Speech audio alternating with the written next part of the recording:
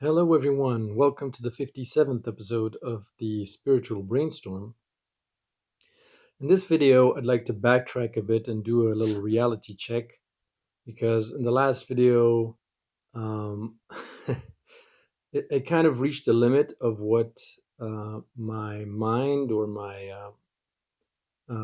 what my mind could conceive of, which is very destabilizing. Um, and here I wanted to go sort of back into, well, reality, even though that I don't really like that word, but still, I think a reality check is in order at this point. So this is the program for this video. So first of all, this idea of losing ground, it's really you really have to be careful when you dig into spirituality because um, even though from a theoretical perspective, once you understand how the universe works, suddenly you're sort of swimming in infinity and you can get lost very easily and forget that there are actually layers upon layers of structures that your reality is stabilized upon, um, and you may sort of project yourself millions or thousands of years into the future and start pretending that the problems that you have now are the problems that people may face in 1,000 years, when in actuality it's really none of your business right now, and that's not at all what the theme of your life is. um, so that's the tendency when you sort of get bored of this reality and you start um, fantasizing about all these problems that don't belong to you because they're just so much more interesting.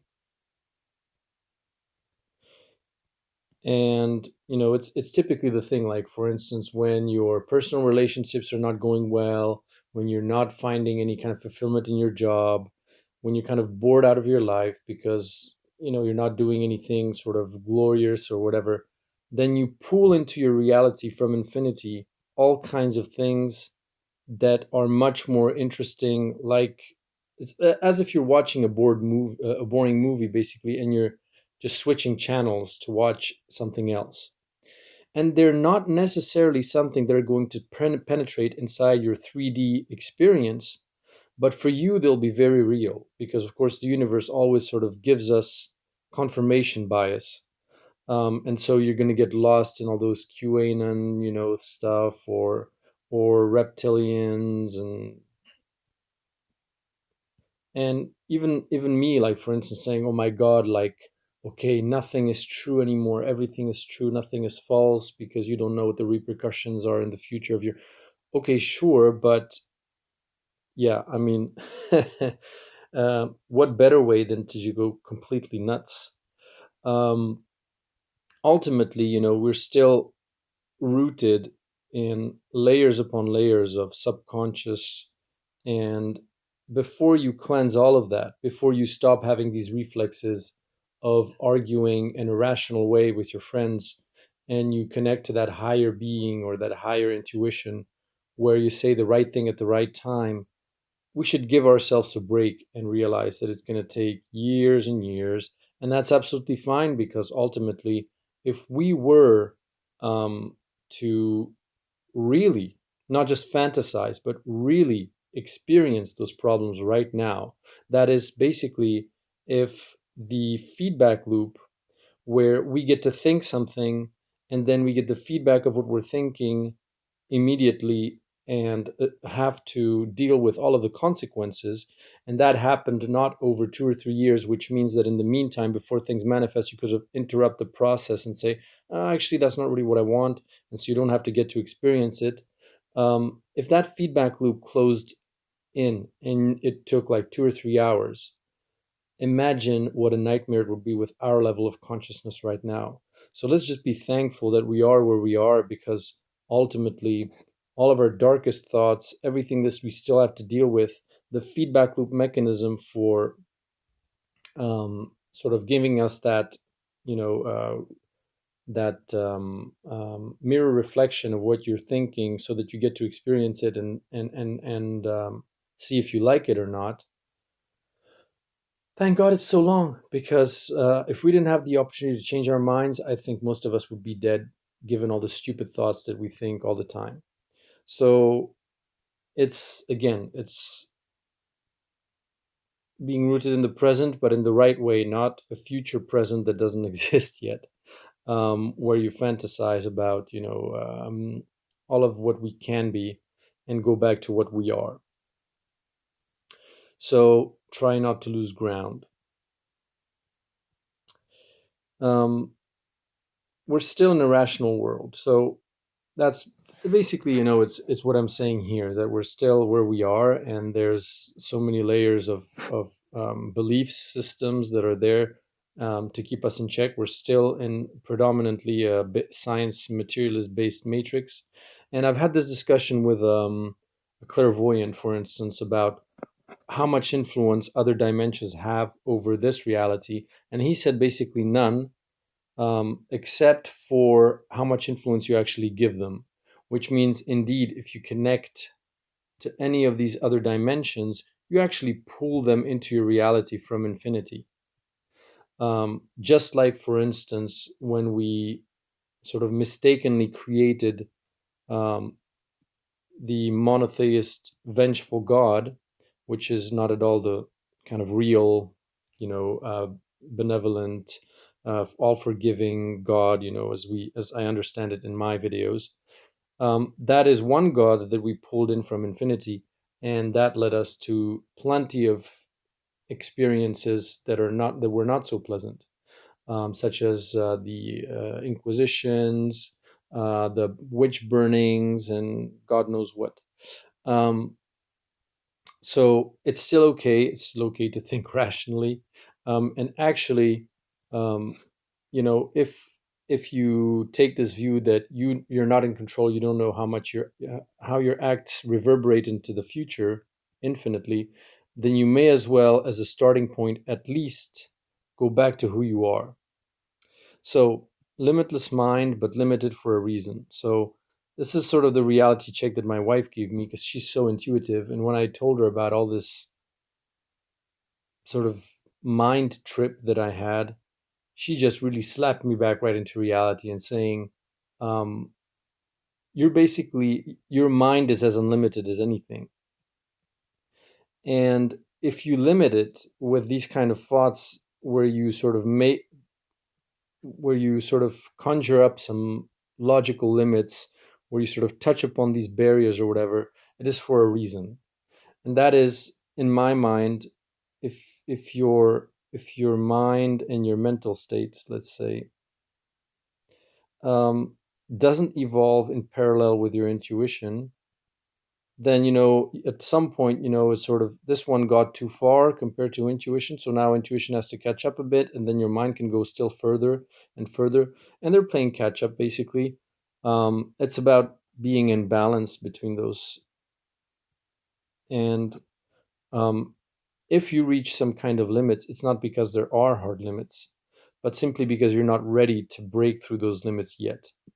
And so this is something that I wanted to say, is like, beyond rationality actually becomes rational at some point.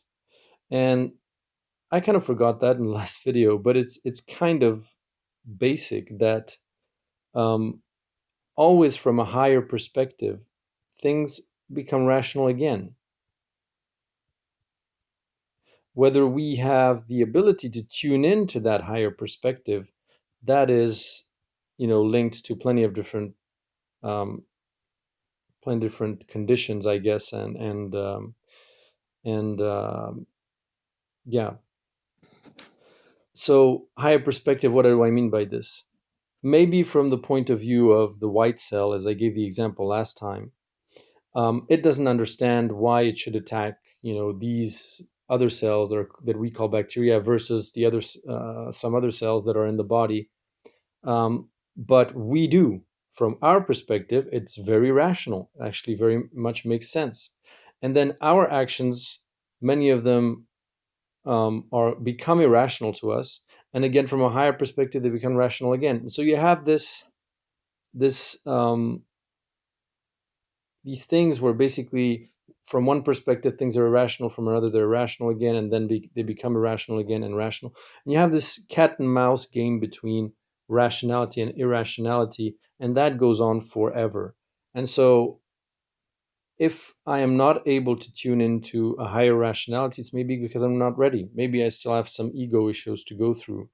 Maybe I would not use that in a responsible or good way. Basically, connecting to a higher perspective where it goes beyond my rationality right now. Maybe I'd use it to in a way that I would try to win all my arguments so that I feel better, um, instead of this idea of surrendering. Um, Now, start from who, where you are. So basically, um, that is just saying that if you are who you are, basically you're still rational, you're still this, you're still that. Maybe you should um, start from that instead of fantasizing about what you're not. So if I'm still in the rational stage and I've become aware of the transrational or whatever transrational, oops, that's fine. But I'm still here, and maybe just go back to where you are, and then it's like, for instance, you're in third grade in school, and you suddenly discovered that there is this very advanced course on quantum physics that looks awesome, but you're still dealing with basic Newtonian forces. Well, that's fine. It's actually just completely fine. So going back to who or where you are is really important. Um, and then rediscover your reality. That's actually really key. So basically, this is one of the problems is when you're on TV or social media,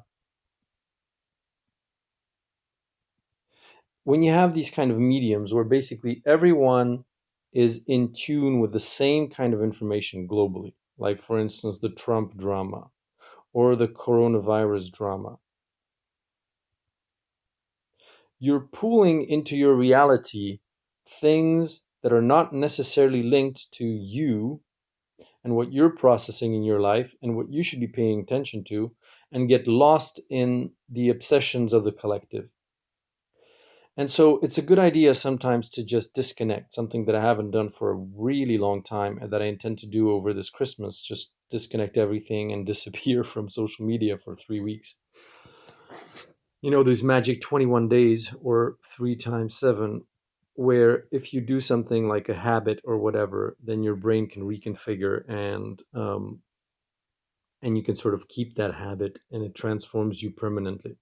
So I'm going to try to do that, and then pay really attention what enters into my reality directly, directly as an experience, which means like a friend calls me and asks me to go out somewhere and see something, or I go in for a walk in the woods and then I see something, a squirrel or whatever, or I see someone, like a friend that I didn't see for a while. Just something that comes into your reality, not you tuning into or bringing into your reality things that are meant to sort of hypnotize every human so that they have the illusion that they're living in the same and being obsessed over the same things. This is the best way to manipulate us and to steer us away from dealing with our problems and what we're supposed to process, is getting lost in all of this drama, because ultimately our reality should be custom, tailor made,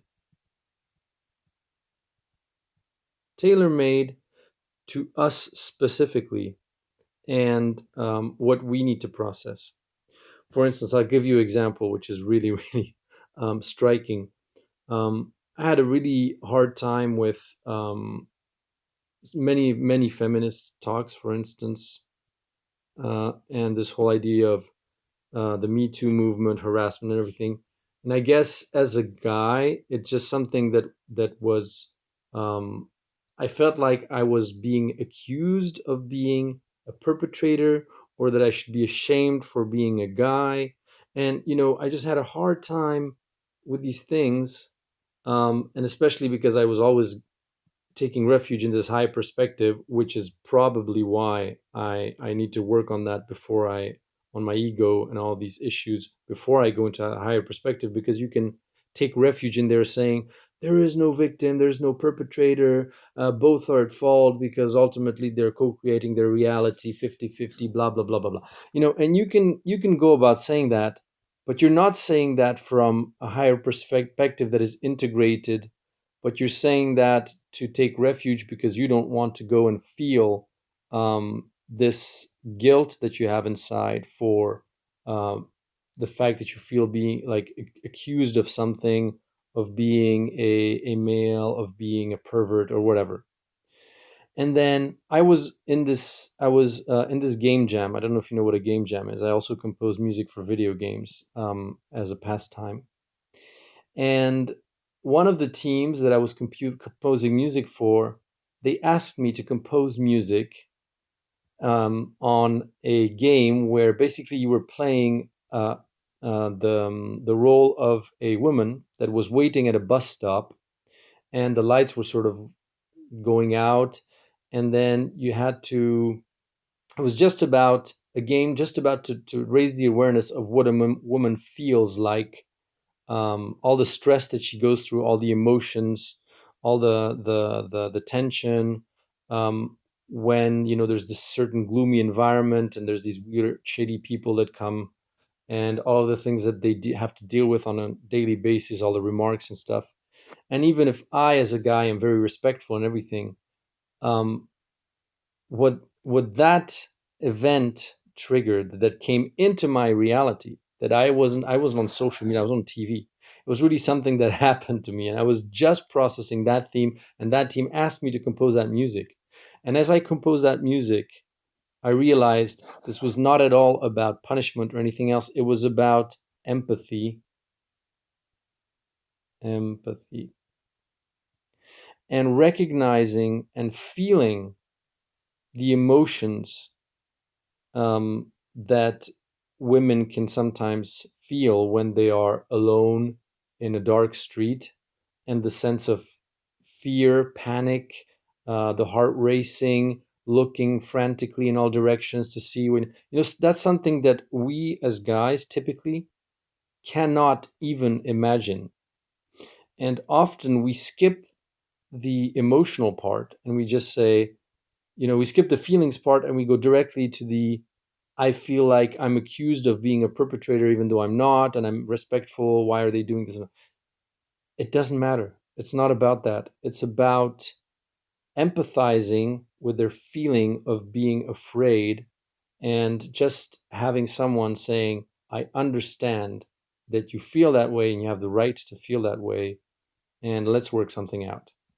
And that is the like one of the best examples recently that happened to me, where I wasn't on social media, I wasn't on TV, I was in real life, and an event came to me because I was processing something. I had something to process with regards to these themes,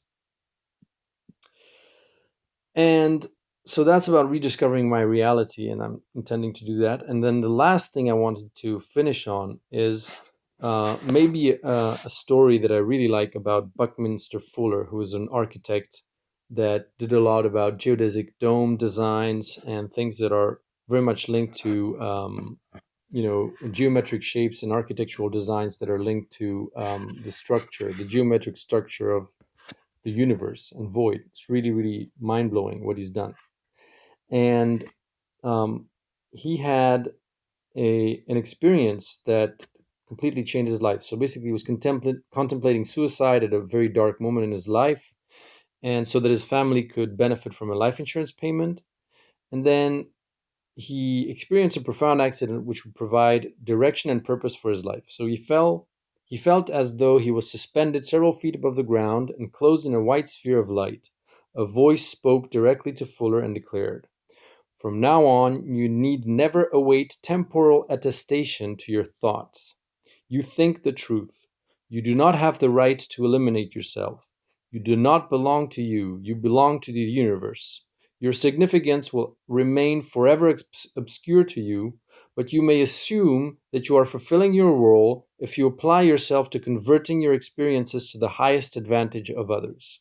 Fuller stated that this experience led to a profound re examination of his life. He ultimately chose to embark on an experiment to find what a single individual could contribute to changing the world and benefiting all of humanity. Now, I find that absolutely mind blowing as a story because it's really spot on with the struggles that I'm having. That somehow you want to jump to the stage where you things that are irrational now, the fact that there's a mystery about what impact my actions are going to have into the future, and wanting to know what those reverberations and what meaning that has. Um, maybe it's just futile, completely futile, and that the only thing that I need right now at my stage of development is to set the right intention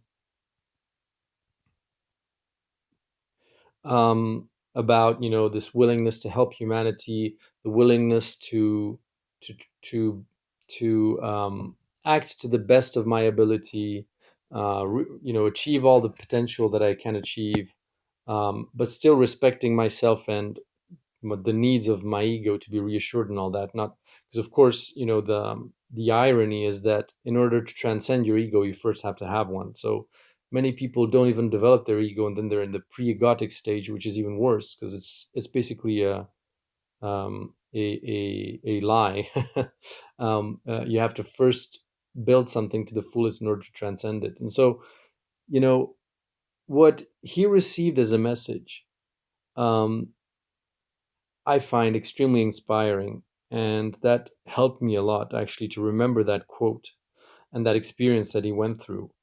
That maybe I won't know. Maybe I won't know what the repercussions of my actions are, but um, and I shouldn't await temporal attestation, which means I shouldn't await some kind of validation from 2 or 3 dimensions above that okay, I can engage in this action because blah blah blah. Maybe I need to go back to who I am right now and act to the best of my ability according to who I am.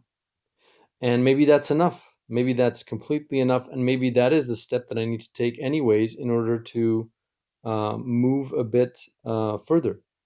And then again, like in the last video, I said that maybe I should start doing little experiments with silly things like, do I feel like eating that rotten vegetable or whatever, or this blue cheese or something.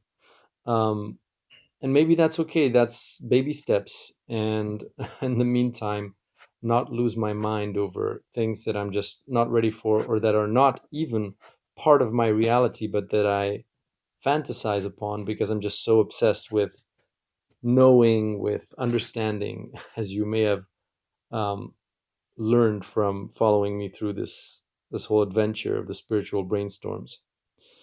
So I'll thank uh, all of my viewers because you really helped me a lot on this journey. In this instance, especially Kelly, Brian Orion, and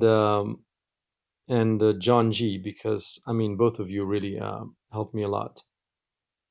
And so I'll see you in the next video, and thanks a lot for listening.